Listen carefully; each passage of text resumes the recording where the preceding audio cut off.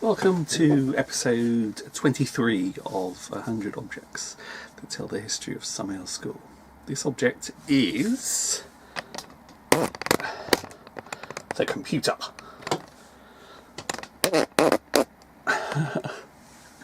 Sorry for the light, it's in my study room. Anyway, I've got a number of stories to tell about the computer at Summerhill, and I know it's quite an interesting subject in terms of alternative educators.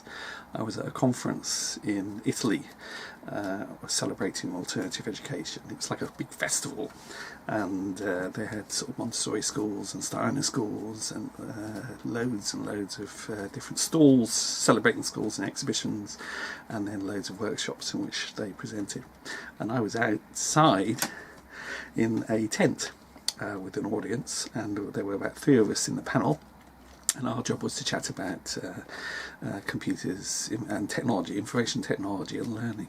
And I had my little memory stick with my PowerPoint, and of course the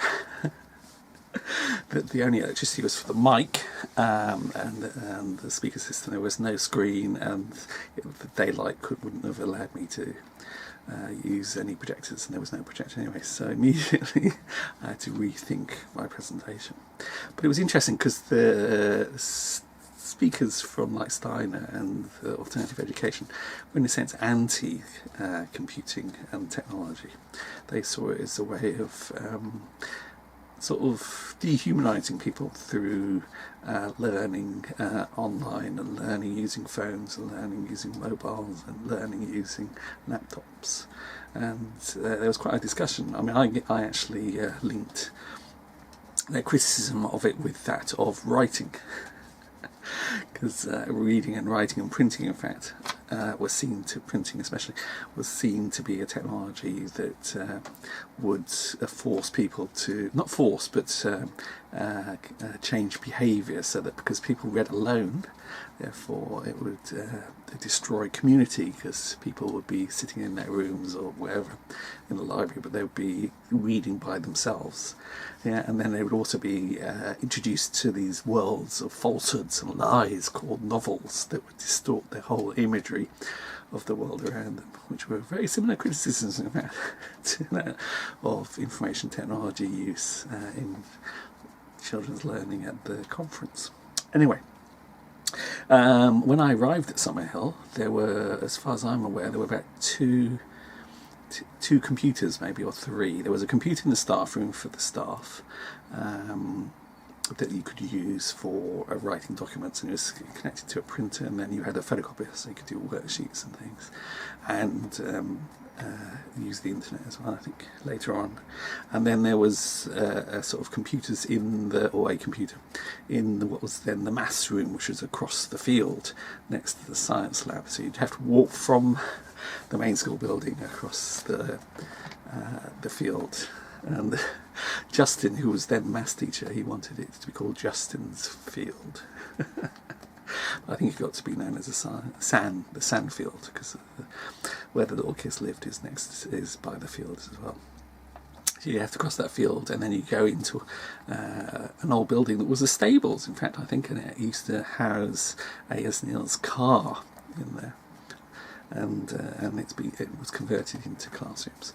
So there were 2 classrooms, I think, that Justin had here, sort of combined sort of maths and sort of music and computer classroom. And he would teach there. And that computer he had online, I think, as early as 1993. It was online, and he was getting students to actually use it and learn about creating later on creating web pages and building a school website. I mean, the school website, as far as I'm aware, was launched sort of mid 1995, 96 maybe, 1996, which is fairly early for children to be learning how to create web pages and write them and design them. So the Justin was there at the forefront. And I think he had equipment as well to do with creating music and in terms of IT as well, and recording, which I'm not sure the dates of that. So there was a computer in the class, in the staff room, yeah, and we could use that, but you imagine there's like 13 staff, and I think I remember early on that one of the teachers was banned from using the staff computer because they kept on using it for games. I think Tetris, where you have to slot different coloured objects that are falling down into a wall. But yeah, they were so addicted to it. I think they got several warnings before they were banned. And then later on, we had one of our children, in fact, got their parents, their father, paid for the British Telecom to install a line that went to his. It was a carriage kit, so that each of the carriage kids have their own room in a building, and with a corridor, and the rooms coming off the corridor, and the father paid for this lad to have a BT connection, a British Telecom connection for his computer. So he was one of the first people at Summerhill to go individually online, and then he sort of got different leads and wires so that he shared his connection with other students in the corridor. And then, as we didn't really have an IT teacher, I think it was a maths teacher that used to do IT, like Justin and things. But then we sort of experimented, and eventually we set up a study room, which is where a pottery used to be, and it was sort of rebuilt and refurbished, and it became a study room with individual computers and separation. They were on a long desk along the one wall, and two were next to the window, and they were like they were private spaces, so they had sort of separators between each computer, so that you had privacy while you were on the computers. And the school had great laws for the study room. And the study room was meant for study. It wasn't meant for game playing and for sort of social websites. So there were laws about what you could do at certain times. So during lesson time, I think you were meant to study there, and if you weren't, you could be thrown out of the study room. Yeah, and then if you kept on doing it, you could be put up to the meeting. And there were sort of issues about the study room, because I think students like to use it for Facebook and for as that developed, and for other social activities rather than studying. And if there's a queue, because it's very popular. And then also there was the study room ultimately was replaced, but by the library, because the library got bigger and was moved to where the study room was. So, but then by that time we had an IT teacher, and we had a computer cafe. Beautiful. It was right next to the class 1, the youngest kids' classroom, out near the science lab. And it was run as a bit like the woodwork, really. It was a drop-in centre where there would be coffee on offer, or tea or juice, and then the member staff would support projects and that the students were doing in terms of building a website or making an animation or controlling robotics, and then the children sort of learned from each other, and they learned. And there was also building.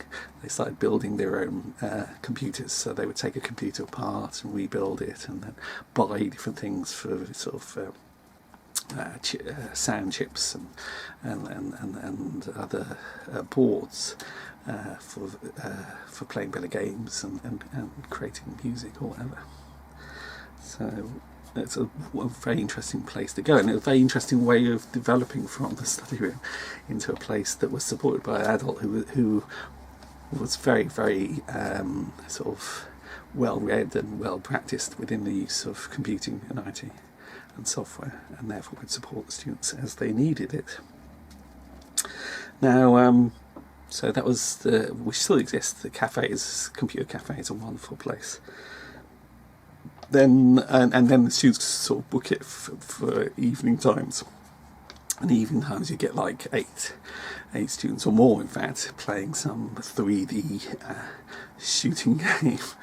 with war, and they'd be online, so they'd be playing with young people or other people around the world, and it would be quite noisy because they'd be shouting instructions to each other and say, "Hey, he's behind you," because they'd all have microphones and their headsets, so they could talk to each other and talk to the people on their team or whatever around the world.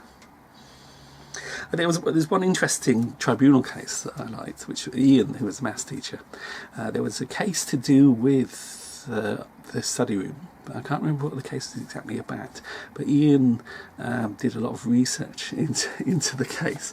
It was to do with, presumably it was to do with when someone was or was not within the room and using it and things. It was quite a serious case, and he sort of presented this evidence from printouts and things of the use of a particular computer and what was happening and things, and it was very impressive sort of evidence or presentation of evidence for like a court case, and as a result of it, whoever was brought up by the meeting was fined, whatever. But it was interesting that from then on there was a very strong sense of what constitutes sufficient evidence for someone to be accused, or at least for someone to be assumed to be guilty, because a lot of the evidence for any of the cases would be either a single witness, so it would be one person's view against another, or it might be circumstantial along with a witness, or just circumstantial. And before this, there would be a discussion about evidence and things, but there would be a sense that you could include in the evidence and in the case partly the character and personality and expectations and knowledge of the person who was being accused. Not that this wasn't assuming that they wouldn't be able to change, and that no one. We always assume we wouldn't have the meetings if we didn't assume that young people and adults as well could change. But there was a sense of, well, we know you did it last week, or we know that you've done this a bit, kind of thing. And this was as a result of this presentation using evidence from a printout and computers. There was this much stronger sense that, oh well, you need more evidence. This is not enough to prove that the accused is guilty or not. So that was fascinating in terms of, and that lasted for some time. It lasted for several months, at least several months, where some people, a lot of possibly were found innocent simply because the evidence wasn't sufficient to prove the point. But one of the things it does show is that in terms of having meetings, I mean, A.S. Neil said, that a meeting's worth a whole year of study, in a sense, from what you can learn from it. That the concept of evidence and what is sufficient, and accusing to accuse someone and then possibly to assume the guilt is a very interesting sort of moral and philosophical concept that was sort of actively discussed in terms of the person in front of us who's accused. Should we find them guilty or not? Then we had quite a lot of experiments within Summerhill to deal with computers. We had 3 computers put into the room next to the office. So we have a reception, which if you arrive at the school by the main entrance, and there's a car park just there, and opposite the car park, just opposite it, sort of at an angle, is the reception. And there you will meet our wonderful receptionist, and behind her office there is like a little, sometimes it has a shop because it has lots of the t-shirts and things that the school sells to visitors and things. So the visitors might go there and sign the visitors book, and there's a bust of A.S. Neil there. And this room is actually the room where the inspectors in 1999 basically confronted Zoe with the fact that they were going to close the school unless she had compulsory lessons. And the bust of Neil is on the shelf in this room, as well as I think all the books, the copies of the books from all around the world in different languages of A.S. Neil's books. Anyway, this in this room at the back, there was built a study surface, a long shelf on which was put 3 computers, each in its own little cubicle. And the 3 computers, we bought software for independent learning. And the independent learning software was such that it would run all through computers, and it would store what each student did in each subject. And I think we did maths and English and science. Maths, English and science I think we started off with, because you had to pay for each of the different subjects. And it ran the subject from 6 to 17 was the. So if you were a 6-year-old, you could start on this, and it would work up to the level of a 17-year-old in science, English, and maths. So, and it would record what you did. It would record on spreadsheets and things the data of the questions you'd answered and the problems you solved. And it was an active learning thing in terms of questions and multiple choice and animations and things. It was very, very good.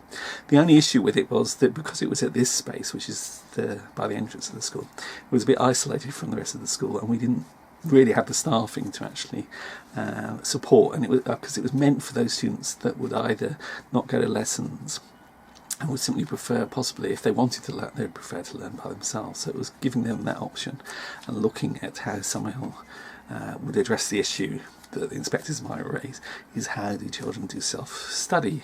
How do they teach themselves academically? And this was one way of doing it. I mean, it lasted about a year, I think, but because of lack of use, eventually it was used occasionally, but with teachers and tutors and things. But because of lack of use, it disappeared. And then there was another case of an experiment where what was the pottery? Not the pottery. The pottery had been sort of near where the greenhouse used to be. You won't know any of this anyway, but we also had a kiln. That's it. So it was part of the pottery, but it was a room with a kiln and things. And this had been taken out, and we got a new member of staff who it was decided that it would be really good if they could take class 2, and they were sort of going to take IT and do a lot of computing and stuff. And they made it into a club. The person doing this was sort of used to democratic clubs and things like this. So he created a democratic club. One of the problems with it was mainly boys that were into the club, and he also had there were issues about the fact that he allowed smoking in the room, which you shouldn't do. And I think he part of bonding with the students was this person used tobacco and cigarettes as a part of the bonding with the boys.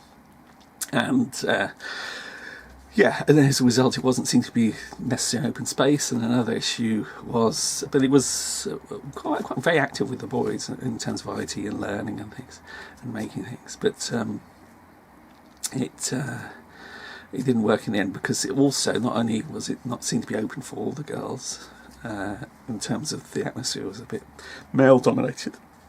It was also thought about whether, if you were shy, whether it was open to you. And also, as a club atmosphere, it started having its own sort of democratic rules about the room and about the space and I think he may have even had created their own fines and things within that space. And this was felt to be against forming a small democratic community within the larger community of Summerhill, and not having accountability, and not even knowing about it, not sort of enhancing it or developing it or discussing with the staff, meant that eventually it was closed down.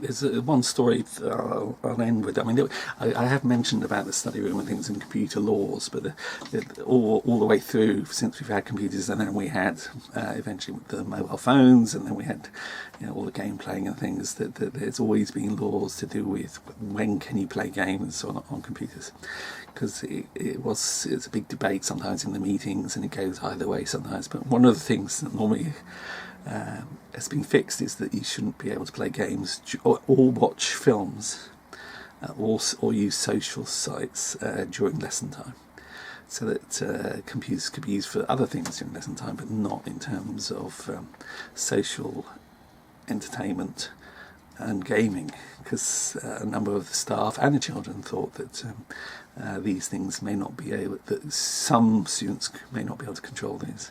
And then at one point, in fact this was for a long time, and then at one point that people started proposing their exceptions, and the community accepted this, that, that these people were known to be very serious about the way they use the computer, and known not to spend their whole nights trying to play and things like that, and breaking the community laws in order to play games. And so we got quite a few exceptions. And then someone proposed that instead of having all these exceptions, why doesn't it work the other way around? That everyone should be able to do it if they have computers and they're, say, a certain age, maybe in the carriages or the shack. But if people feel that it's affecting their lives and they're doing it too much and they're becoming too addicted to it, then that can be brought to the meeting. And that was the case, except that students wouldn't bring them to the meeting. Though staff would sometimes. Yeah, well, staff would if they knew. They would bring it to the meeting, but the children didn't, and so it wasn't really working within the sense of equality of staff and children and the lives of the community. So that was very problematic. My last story is about me, really. For a period I left Summerhill for about 6 years, and I went back, and during that period of 6 years I became an e-learning advisor for Tower Hamlets, just a sort of understudy, really. I only did it for like 2 days a week, and part of this was working with primary schools and secondary schools, using a room with 20-30 computers, and getting a whole class in and getting the class to make animations or to make music or to learn about sound or to do science experiments using sensors and data loggers and things. It was really good fun, and as a result of this I could borrow equipment which included, for the animation, a iBook and iCamera and the software to make animations, and also a very good stand and a place to set up the camera. So I borrowed these and took them to Summerhill when I used to visit, and I took them to class 1, the youngest kids, and we had, the first time I did it, we got their toys and they made an animation of a train crash that we made together, and in making it together they learned how to use the equipment, and then I came week after week for a period, and I was hoping that they would get enthusiastic about it, and one student particularly in the SAN in class 1 got very enthusiastic, and he would take me to the sand pit, which was just outside the class, and I was making animations about creatures coming up out of the sand, like the worms, sandworms and things like this, and we would make still motion movies together. And now he kept his fascination with movies and making them, and was making films throughout his later life at the school, and involved the whole school in making films, not animations, real-time films, and I wasn't involved in that at all, just at the very beginning. And now he's a student who's studying film at university, and has put, I think one of his first films is on online and getting reviews. It's just an example of a story in terms of staff and adults just sharing enthusiasms with young people, and as a result, he's a far better filmmaker than I am. Thank God. Anyway, that's computers and Summerhill, just a few stories. Thank you very much indeed.